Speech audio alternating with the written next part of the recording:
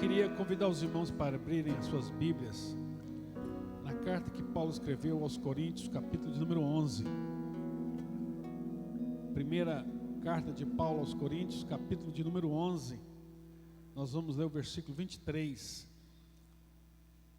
Primeira carta de Paulo aos Coríntios, capítulo de número 11, versículo de número 23. Diz assim: porque eu recebi do Senhor, eu estou lendo na NAA, porque eu recebi do Senhor o que também lhes entreguei, que o Senhor Jesus, na noite que foi traído, pegou um pão, e tendo dado graças, o partiu e disse: isto é o meu corpo que é dado por vocês, façam isso em memória de mim. Do mesmo modo, depois da ceia, pegou também o cálice, dizendo: este cálice é a nova aliança do meu sangue. Façam isso todas as vezes que o beberem em memória de mim.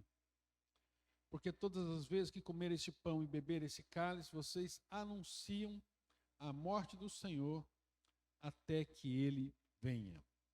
Amém. Que Deus possa falar conosco através da sua palavra.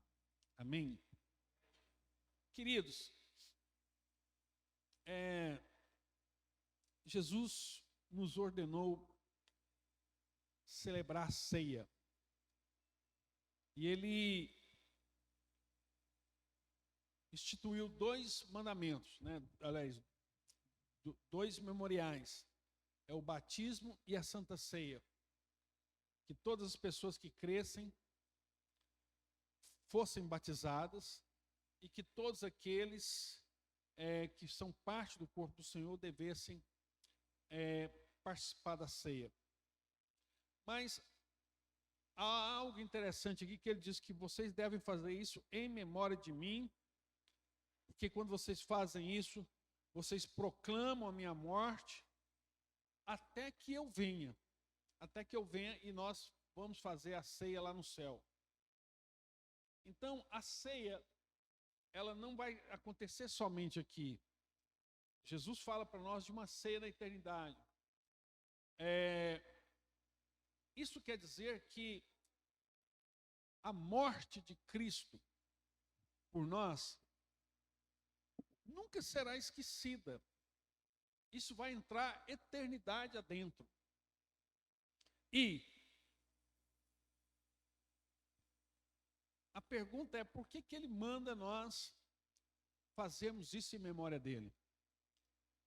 E a resposta a essa pergunta nós vamos ver no Velho Testamento. É porque nós naturalmente esquecemos disso. Jesus está dizendo que a ceia é para não deixarmos nós nos esquecermos do que Ele fez por nós. O motivo de nós cearmos é para nós relembrarmos o que Cristo fez por nós na cruz. E eu quero mostrar isso para os irmãos. Eu escrevi um texto aqui, eu quero ler para os irmãos. E diz assim: as pessoas esquecem com grande facilidade os benefícios do Senhor. Por essa razão, o Senhor deseja de forma tão especial que lembremos dele e do que ele fez por nós. O fato do Senhor desejar que nós lembramos dele de forma plena é uma expressão do seu amor. Ele até pode abrir mão de ser esquecido por nós. Quando Deus fala para nós não esquecermos, não é por causa dele, é por nossa causa. Ele diz, olha só, somos nós que sofremos a perda se não lembrarmos com frequência a sua morte, a propiciação, a expiação, a redenção. Seremos conformados com este mundo. Então, se nós não lembrarmos do que Cristo fez por nós, nós vamos todos nos tornar pessoas mundanas. Todos nós vamos nos tornar pessoas mundanas. E nós precisamos entender, irmãos,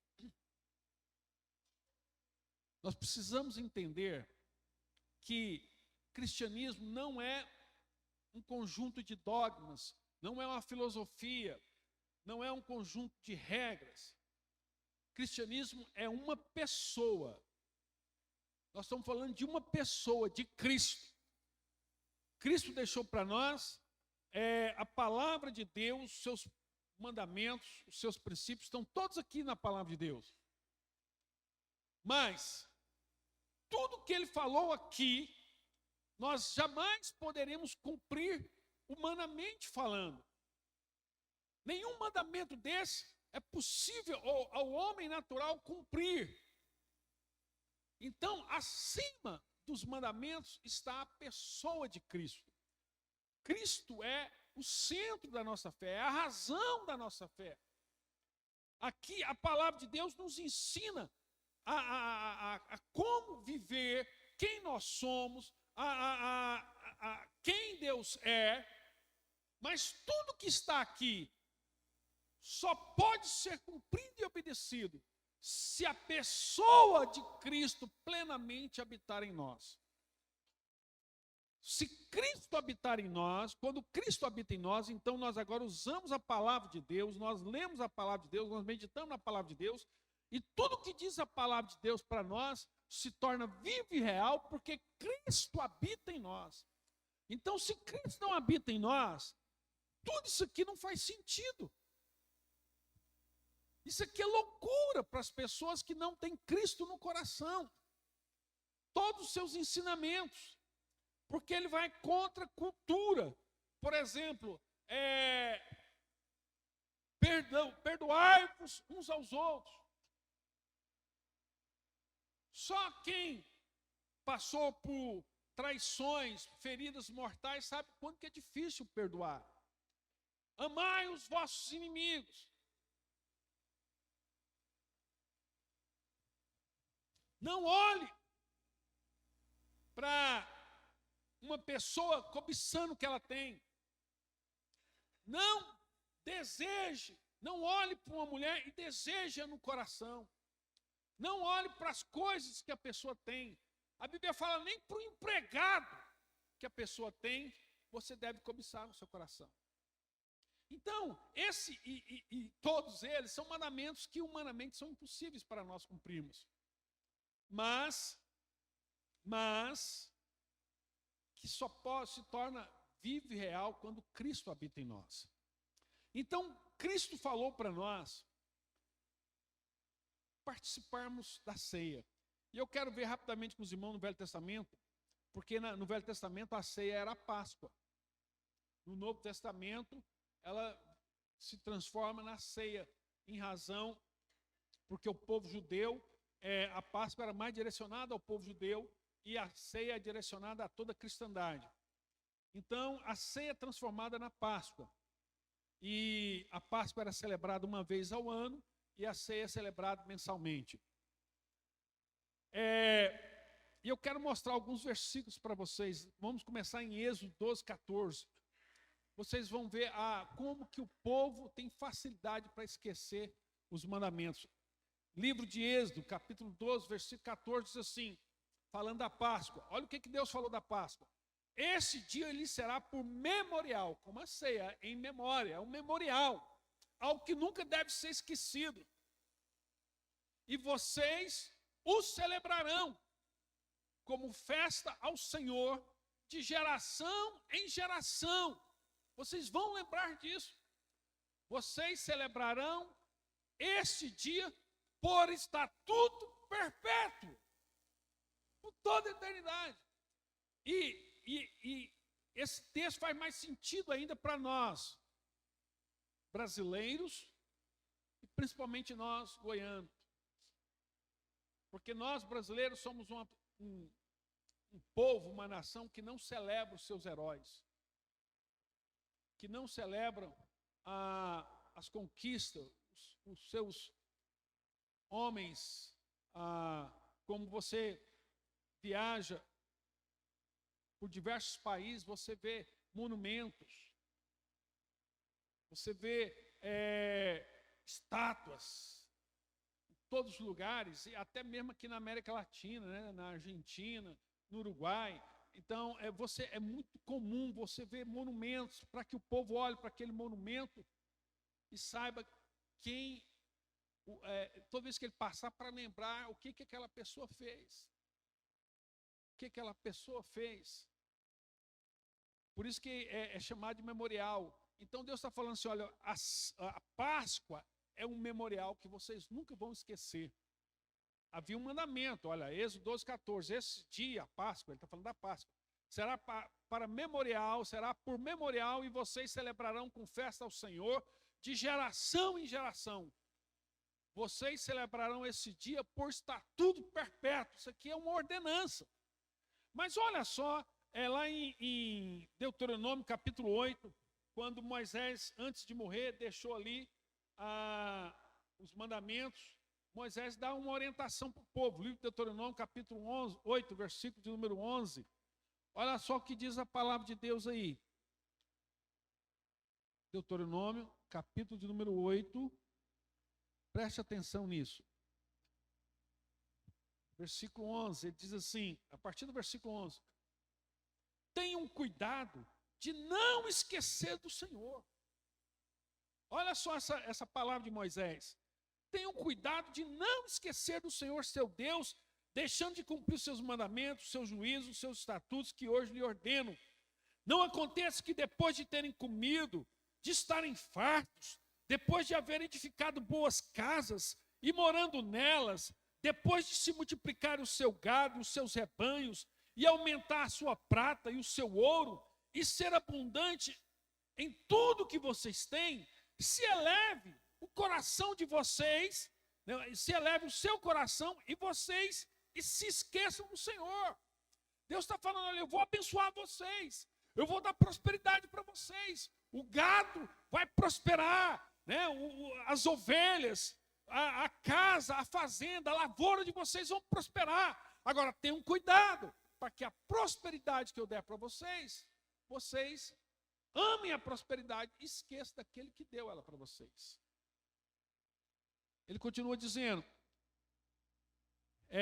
e vocês se esqueçam do Senhor, o seu Deus, que os tirou da terra do Egito. Você vê que há uma referência à Páscoa, que a Páscoa falava dessa libertação do povo, né, do Egito, da casa da servidão, onde vocês eram escravos, que os conduziu naquele grande e terrível deserto de serpentes abrasadoras, de escorpiões e de aridez, onde não havia água, e que fez sair água da rocha para vocês beberem, que no deserto os sustentou com maná, que os pais de vocês não conheciam, para humilhar vocês, para pôr à prova e, afinal, lhes fazer bem. Portanto, não pensem, a minha força, é a minha capacidade, é porque eu sou bom para negociar, comprar, vender, é a minha força, né? E o poder do meu braço me conseguiram essas riquezas. Deus está falando, não é a sua capacidade, é eu que estou te dando, é eu que estou te abençoando.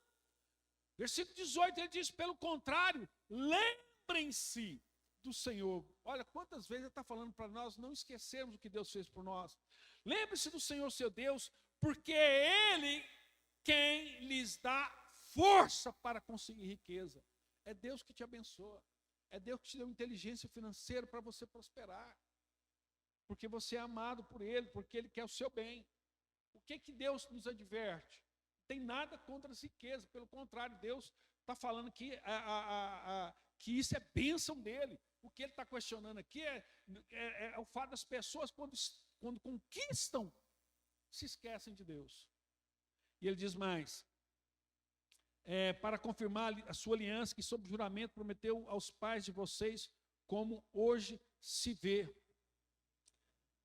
E ele continua, versículos 19 e 20, olha só. Se vocês se esquecerem do Senhor, seu Deus, e seguirem outros deuses, e o servirem e o adorarem, eu lhes asseguro hoje que vocês certamente serão destruídos. Está vendo? Aquilo que eu falei para vocês.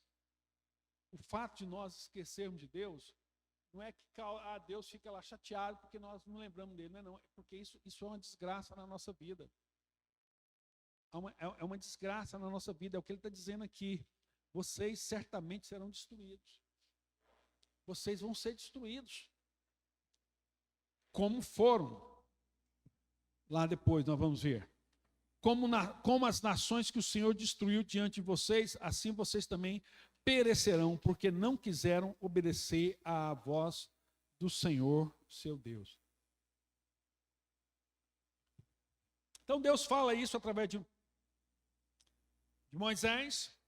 Moisés morre, Josué assume, e quando Josué assume no lugar de Moisés, Josué ensina a palavra de Deus e todo o povo anda nos mandamentos do Senhor, porque Josué ensinou o povo. Mas, quando Josué morre, olha só o que acontece, lá no livro de Juízes, no capítulo de número 2. Juízes, capítulo de número 2, a partir do versículo 5. Olha só, irmãos. Você vê que pouco tempo depois Josué morre, Moisés morre, Josué ensina o povo e os líderes que estão com ele, os discípulos dele também. Mas quando Josué morre, livro dos Juízes, capítulo número 2, a partir do versículo número 5, né? A partir do versículo 6. Depois que Josué despediu o povo, os filhos de Israel se foram cada um à sua herança para possuírem a terra. O povo serviu o Senhor, presta atenção, o povo serviu o Senhor todos os dias de Josué e todos os dias dos anciões que ainda sobreviveram por muito tempo depois de Josué. Aquela geração que conhecia Deus, cuidou dos seus filhos, cuidou da sua família. Ele ensinou os seus filhos, ele falou acerca de Deus, ensinou os mandamentos, princípios, valores, caráter, moral. Esses homens tinham um compromisso de repassar isso para os seus filhos, mais do que deixar uma herança em dinheiro. A maior herança que um pai pode deixar é o caráter, a integridade. E olha só, então é isso que esses homens fizeram, eles serviram ao Senhor e toda aquela geração servia o Senhor. Mas o problema é que os filhos deles conheciam o Senhor, mas os filhos dele, depois que eles morreram, os filhos deles não ensinaram os seus filhos a servirem o Senhor. A geração falhou. Isso aqui você vai ver na Bíblia o tempo inteiro. Você lê o livro de Juízes, você lê o livro de Samuel, 1º e 2º Samuel, 1º e 2º Reis, 1º e 2º Crônicas, você vai vendo com que facilidade. O grande problema foi que as gerações não passavam para os seus filhos os ensinamentos. E olha só,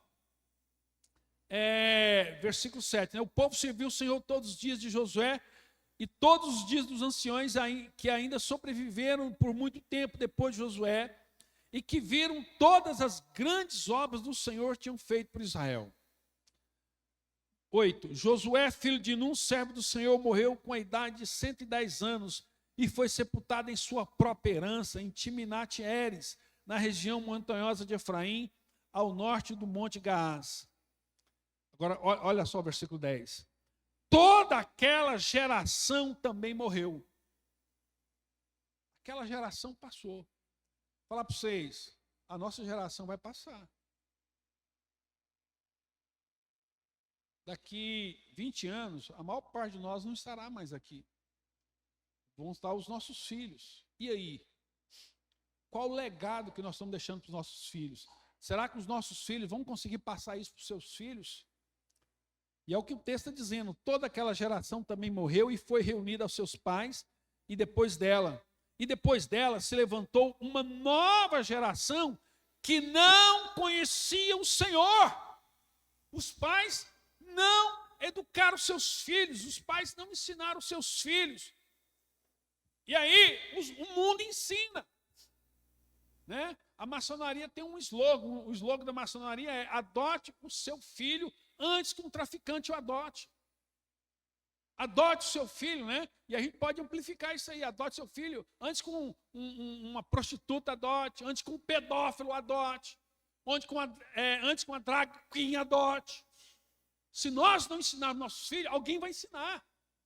Eles vão absorver conhecimento de outro lugar. Um professor aí que tem princípios e valores completamente opostos aos seus, vão ensinar. Vão ensinar. Por isso tem que ser ensinado, como diz o Deuteronômio 6, inculcado na cabeça dos nossos filhos. É responsabilidade nossa, como pais, como avós. Né? Como avós. Eu não perco oportunidade nenhuma de ensinar para os meus netos os princípios e valores. Hoje mesmo eu já tive um discipulado com o neto meu. Princípios e valores. E olha só, aquela geração que não conhecia o Senhor, e depois dela se levantou uma nova geração que não conhecia o Senhor, nem as obras que ele havia feito por Israel. Então os filhos de Israel fizeram o que era mal aos olhos do Senhor, servindo a Baalins, deixaram o Senhor, Deus de seus pais, que o havia tirado da terra do Egito, e seguiram outros deuses dos povos que haviam ao redor deles, e adoraram e provocaram o Senhor à sua ira. Então presta atenção, quando nós não lembramos o que Deus fez por nós, nós vamos ser conformados com o mundo. Ou seja, nós vamos viver como o mundo vive. Quando você passa daqui dos Juízes, depois vem Samuel, né, pulando aqui lá para frente já Samuel ensina, é um cara que vai passando os princípios e valores todos. Mas depois da morte de Samuel, dezenas de anos depois, o povo esqueceu. O povo não celebrava a Páscoa. O povo não lembrava o que Deus fez por eles. E aí foram anos e anos sem desobedecer esse mandamento, sem celebrar a Páscoa. E aí, centenas de anos depois, com o rei Ezequias, ele vai restabelecer a Páscoa. Nós vamos ver lá em 2 Crônicas 30, 26, projeta para nós em 2 Crônicas 30, 26, muitos anos depois de Samuel, o povo já quase 400 anos, né? Olha só, houve grande, é o versículo 26, houve grande alegria em Jerusalém, falando da Páscoa, porque desde os dias de Salomão, os filhos de Israel não havia acontecido coisa semelhante em Jerusalém. A Páscoa com o rei Ezequias. Então tem Samuel, depois Salomão, e Salomão já estava enfraquecendo já o negócio. E o rei Ezequias vai, levanta, faz uma Páscoa com o povo aí muitos anos depois. Aí o neto dele, o Josias, lá no 2 Crônicas 35, 18, né, quase 80 anos depois que o avô dele fez uma Páscoa, agora ele vem lá o Josias. E o Josias faz uma grande Páscoa também em 2 Crônicas 35, 18. 2 Crônicas 35, 18. Nunca se celebrou uma Páscoa como esta em Israel, desde o dia do profeta Samuel. Olha só, uma Páscoa tão maravilhosa, que nem Salomão conseguiu fazer uma Páscoa dessa. Desde o dia do profeta Samuel, e nenhum dos reis de Israel celebrou uma Páscoa como esta, que Josias celebrou, como os sacerdotes e os levitas, e todo de Judá e Israel, todo Judá e Israel, que estavam ali, como os moradores de Jerusalém. Então Josias traz à tona e celebra a Páscoa. Mas você vê, o povo lembra, esquece, lembra, esquece, lembra, esquece. Sempre foi assim. Sempre isso aconteceu. E por que eu estou falando isso para os irmãos? E por que está escrito isso na Bíblia? Paulo vai falar para nós em 1 Coríntios 10, versículo 11 e 12. Olha só o que Paulo fala acerca dessas coisas. 1 Coríntios capítulo 10, versículo 11 e 12. Diz assim na palavra de Deus: estas coisas aconteceram com eles para servir de exemplo, e foram escritas como advertência a nós, para quem os fins do tempo têm chegado.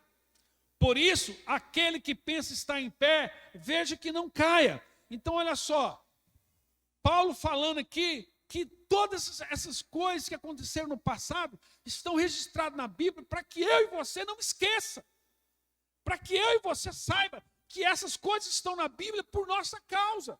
Essas coisas estão registradas para nós olharmos e vermos o que aquelas pessoas fizeram, como que aquelas pessoas fizeram, e para que nós não cometamos o mesmo erro que eles cometeram. Logo depois dessa Páscoa, o povo é levado ao cativeiro, né, com Manassés ali, e o povo fica mais de 80 anos sem celebrar a Páscoa, só vai celebrar a Páscoa de novo na reconstrução do templo, lá com Neemias e Esdras, e somente ali que o povo de Israel assume um compromisso com a Páscoa. E a Páscoa para nós é a ceia, né? O judeu celebra a saída do Egito, a libertação do Egito. A ceia, nós celebramos a morte e ressurreição de Cristo, a nossa libertação, onde nós fomos salvos, libertos, fomos comprados, todos os nossos pecados foram perdoados, Cristo nos libertou das garras de Satanás, hoje somos filhos de Deus, antes nós éramos filhos da ira, então nós agora celebramos, e Paulo está dizendo que se nós, Jesus falou, e Paulo repetiu, né? Se nós não celebrarmos a ceia, se nós não valorizarmos a ceia, nós vamos nos conformar com o mundo. Nós vamos viver como o mundo vive. Nós vamos ter o padrão do mundo, uma mente mundana, uma mente que realmente não reconhece o senhorio de Cristo. Por isso que nós devemos celebrar a ceia. Por isso que a ceia é importante. Por isso que nós não podemos esquecer da ceia. Quando eu deixo de cear, eu estou agindo como aquelas pessoas. E quando você deixa de cear, você também está deixando de ensinar pedagogia para os seus filhos sobre a ceia. Porque lá Deus fala assim, quando seus filhos perguntarem assim para você, por que vocês estão fazendo a Páscoa? Você vai contar a história da Páscoa todinho para o seu filho, por que nós estamos fazendo. É o dever nosso ensinar os nossos filhos por que nós ceamos, por que nós estamos fazendo isso, qual é o sentido disso, qual é a motivação disso. É lembrar a morte de Cristo por nós. É para que nós nunca esqueçamos que Cristo morreu por nós, Cristo morreu pelos nossos pecados, que nós fomos libertos de Satanás, que nós fomos salvos, né? Nós recebemos a morte expiatória de Cristo, que Cristo morreu por nós, e é por isso que nós estamos aqui, porque se nós não lembrarmos, nós vamos esquecer, e se nós esquecermos, nós seremos moldados com o padrão do mundo. E a ceia, presta atenção no que eu vou falar aqui, porque é um pouco complexo. Quando da reforma, os reformadores discutiam como que se dá a ceia, porque Jesus falou, esse é meu corpo que é partido por vós. Como que é isso? Esse é meu corpo, presta atenção nisso aqui.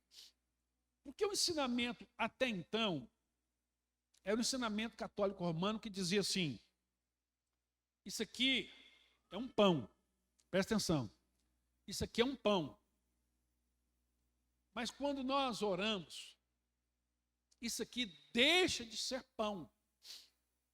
E passa e se transforma no corpo de Cristo. O ensinamento católico romano. Nós vamos falar de 4 ensinamentos. Primeiro, católico romano. Isso aqui, quando nós oramos, isso aqui deixa de ser pão e muda a substância. Isso aqui deixa de ser pão e passa a ser o corpo de Cristo, literalmente. Ainda que eu estou vendo um pão, ainda que tem gosto de pão, ainda que parece pão, não é pão. É o corpo de Cristo. Literalmente, isso aqui é o corpo de Cristo, literalmente. Essa doutrina é chamada de transubstanciação. Transubstância. Parece que é uma coisa, mas é outra. É o nome, naquela época já tinha esse nome, transubstanciação. Uma transformação da substância. Parece pão, tem gosto de pão, tem cheiro de pão, tem sabor de pão, mas não é pão. É o corpo de Cristo. Martinho Lutero foi o primeiro que questionou. Falou, não, isso está errado. Isso aqui não vira o corpo de Cristo. Mas quando eu tomo a ceia do Senhor dignamente, esse pão, ele não se transforma no corpo, mas Cristo entra no pão. E aí eu como o pão com Cristo. A substância de Cristo se faz presente aqui. Isso aqui não é o corpo, mas a substância de Cristo está presente. Então, eu como pão com. Então, essa doutrina, a doutrina católica chama-se transubstanciação. a doutrina luterana fala que isso aqui, Cristo está com o pão. Então é chamado de consubstanciação. A substância, Cristo está com a substância. Aí surge um outro reformador na Suíça, o Zwinglio, e junto com o Zé Anabatista, e fala: gente, vocês estão tudo pirando, não é nada disso. Isso aqui é apenas um símbolo. Isso aqui é pão, tem gosto de pão, tem cheiro de pão, tem sabor de pão, parece com pão e é pão. De certa forma, o Zwinglio está certo. Ele fala: isso aqui não tem virtude nenhuma nisso aqui. Não tem virtude nenhuma. Isso aqui é só um símbolo. Isso aqui é um símbolo do corpo de Cristo. Zwinglio falava isso. Henrique Zwinglio. E junto com uma turma de pessoas que seguiram essa linha de raciocínio, conhecido como os anabatistas. Surge um quarto personagem, né, que é o Calvino, John Calvino. Calvino fala: gente, presta atenção, isso aqui não é pão, isso aqui realmente é pão. Cristo, isso aqui não se transformou em corpo de Cristo. Cristo não está com, aqui como diz Lutero, nem, né, não se transformou, como diz o católico, não é transubstanciação, não é consubstanciação. Cristo não vem e habita no pão. E também não é só um símbolo sem vida, como diz Zwinglio. Isso aqui não é só um literal. E Calvino fala para nós de uma quarta teoria, que é a teoria que nós cremos.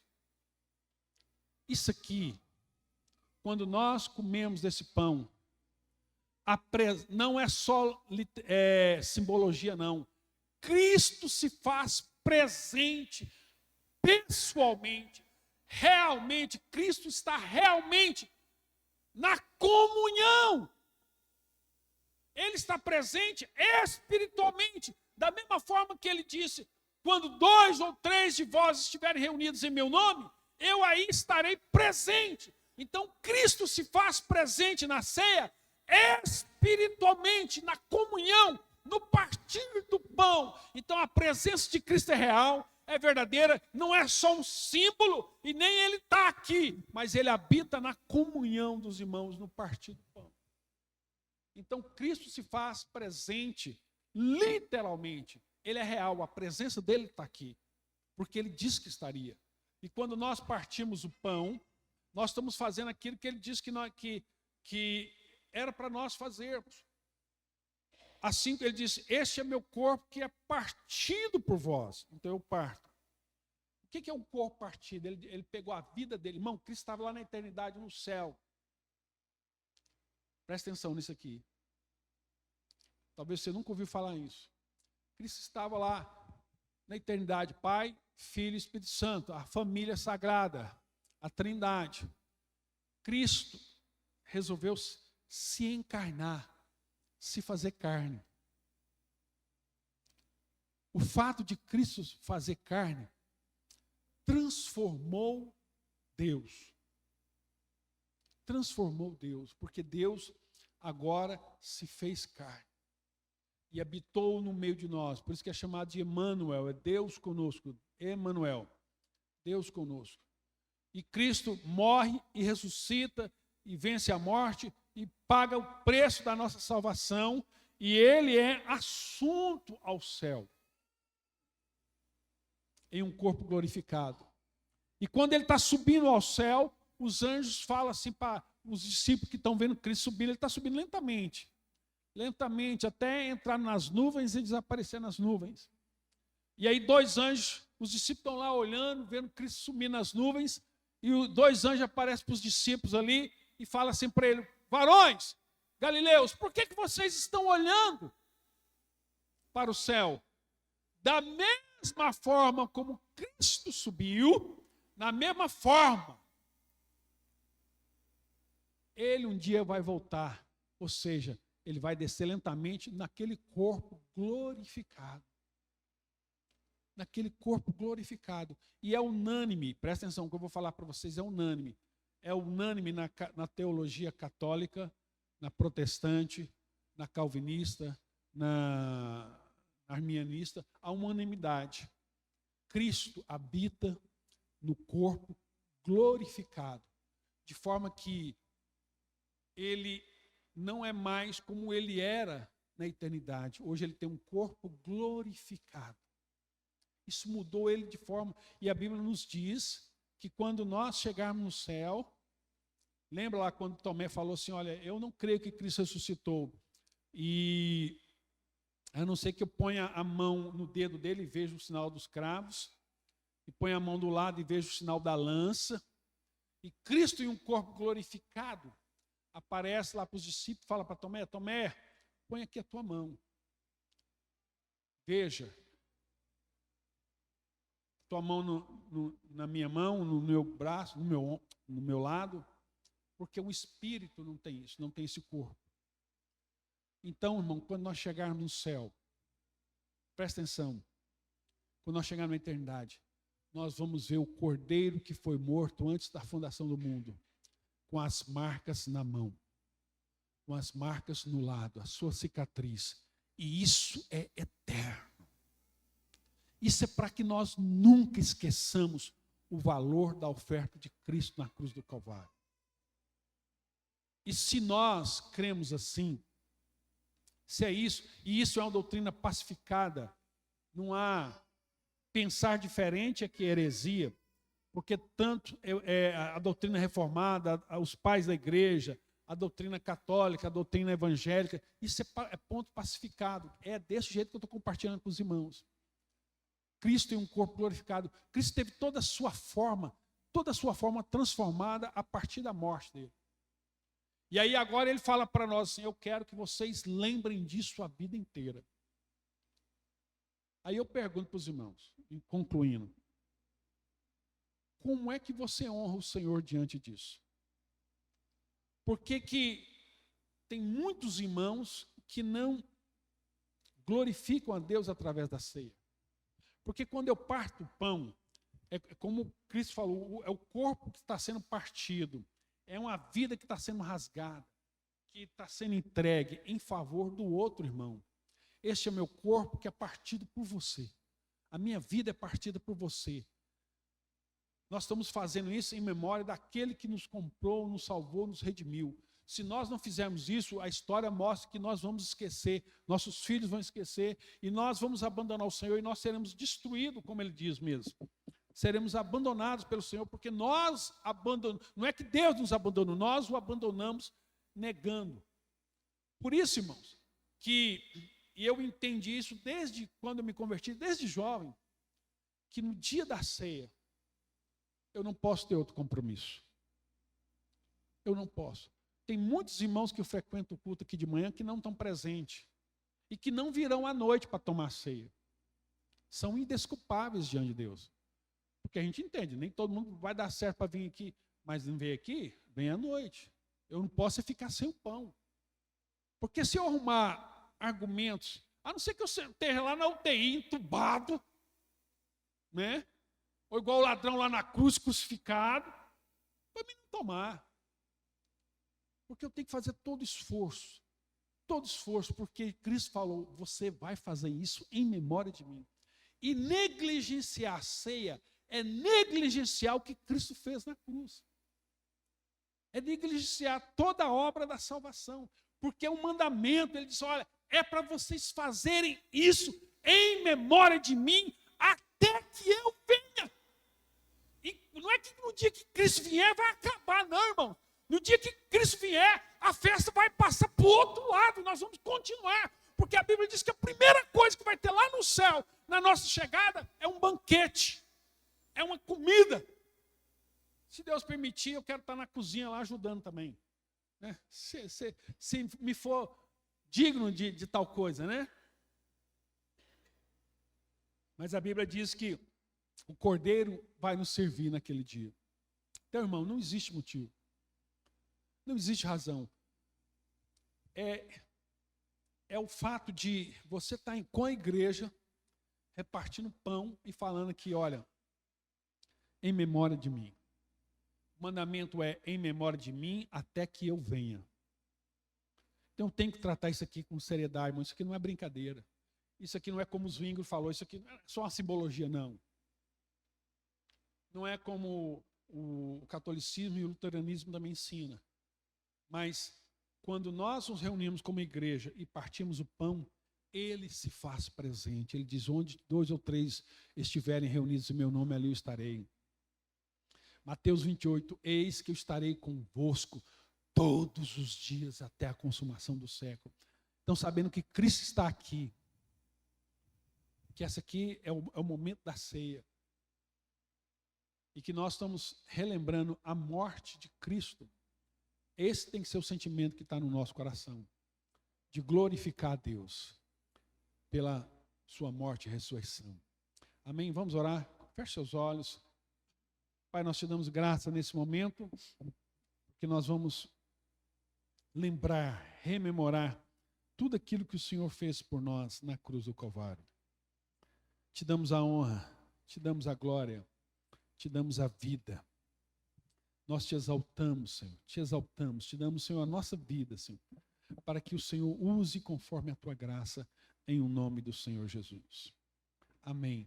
Quando eu como o pão do Senhor, ainda que Cristo, esse pão se transformou em Cristo, ainda que Cristo não está dentro do pão, mas quando eu como, eu sou nutrido de Cristo, porque a presença dele é real.